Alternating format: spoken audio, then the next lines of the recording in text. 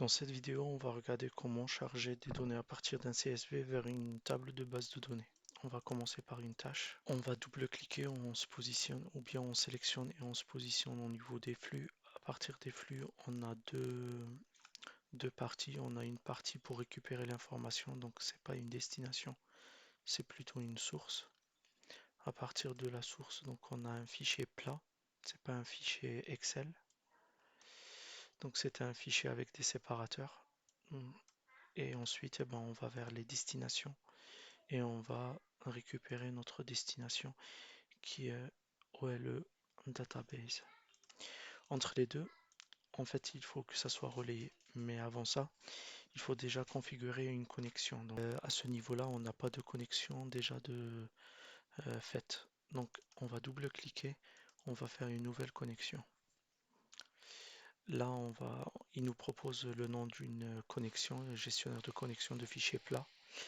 Et là, on va parcourir les fichiers, enfin, les répertoires qu'on a dans notre espace. Et là, je vais récupérer ce fichier-là. Donc à ce niveau-là, on parcourt, donc on met notre répertoire.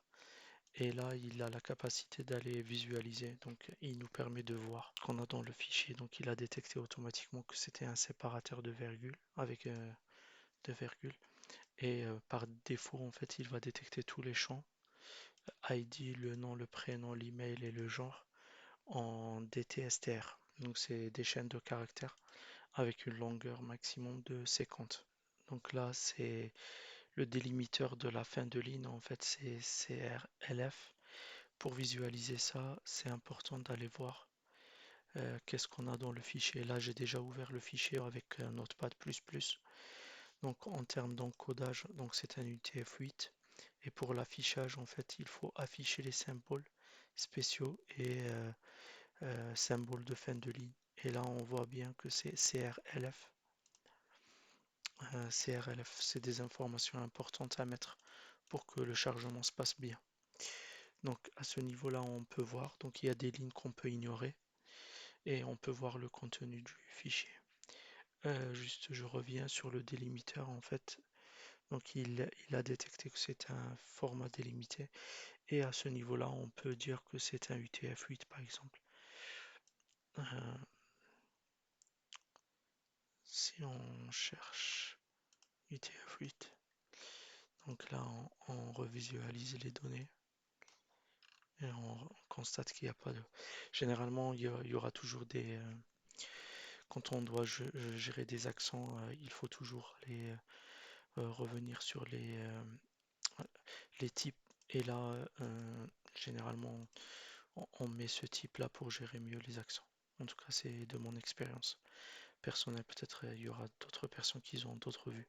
En tout cas, c'est Unicode et non, Unicode. Ces deux types-là qui permettent de gérer les varchars d'une manière un peu plus stricte ou plus léger.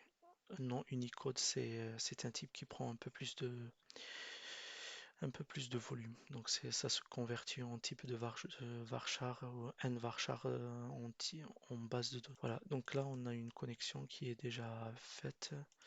On peut constater ici qu'on a une connexion qui a été enregistrée au niveau des connexions. Et là en destination, ben, pareil, il a besoin d'avoir une connexion. Et dans quelle base de données il doit insérer. Donc le gestionnaire de connexion, il s'agit d'une nouvelle connexion. J'ai déjà fait par le passé une connexion qui pointe sur ce serveur-là. Donc je vais réutiliser. Et là, en fait, il demande à ce que ça soit une table ou vue, ou bien une variable. On va revenir sur les variables, ou bien une commande SQL directement. Donc le nom de la table ou de la vue. Donc là, en fait, on n'a pas de table, enfin, on n'a pas de table cible qui correspond parce que c'est la première fois qu'on va charger ce fichier-là en base de données. Et du coup, il faut créer cette table. Donc il faut créer juste nouveau, double clic, enfin un simple clic sur nouveau. On va copier ça et on va se positionner sur SQL Server. On va se mettre au niveau de la base, on clique droit, on fait une nouvelle requête et ensuite on va coller la requête qu'il nous a proposée. Donc là, c'est le nom de la base, dans le nom de la table. On va mettre mail. Par défaut, il a mis varchar parce on a laissé le type DTSTR. Si on aurait changé, on aurait d'autres types ici, par exemple un décimal, un int ou un varchar. Et à partir de là, donc on est bon, on peut lancer l'exécution de cette requête pour créer la table. On revient sur Visual Studio. Donc à partir de là, normalement, on aura la possibilité de visualiser notre table mail. Donc là, je la vois pas. Je vais fermer, je réouvre, je redemande et là, on a les mails. Je vais faire un petit drop.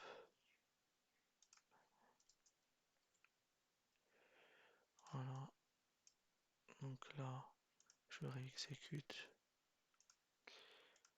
Donc là, pour visualiser, on fait une petite actualisation. Là, je supprime.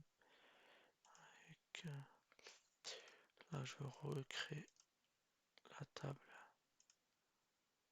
Heureusement, on n'a pas de données dedans, donc on peut se permettre de mettre, de supprimer. Donc là, on revient. Donc on a la connexion, il est bien content. Par contre, on n'arrive pas à trouver la table. Là, on sait qu'on va l'insérer dans cette table. Le mapping, c'est important, c'est pour dire tel champ de source, il va dans quelle table, dans quelle colonne de source, de destination. Donc là, puisqu'on a des noms de colonnes et de tables qui sont identiques, donc il n'y a pas besoin. Si jamais on aura besoin d'alterner, il faut utiliser le bon champ. On peut avoir des flèches qui se croisent. Là, on met OK. Et normalement, on devait avoir le X qui disparaît. Qu'est-ce qu'il dit? Cannot post because there's more one. Là, c'est les types. Donc là, c'est les types. Si je reviens sur la connexion des fichiers plats, si je vais, voilà, si je mets ça, normalement, ça doit se passer mieux. Voilà, en fait, il faut faire des conversions de type pour que ça corresponde.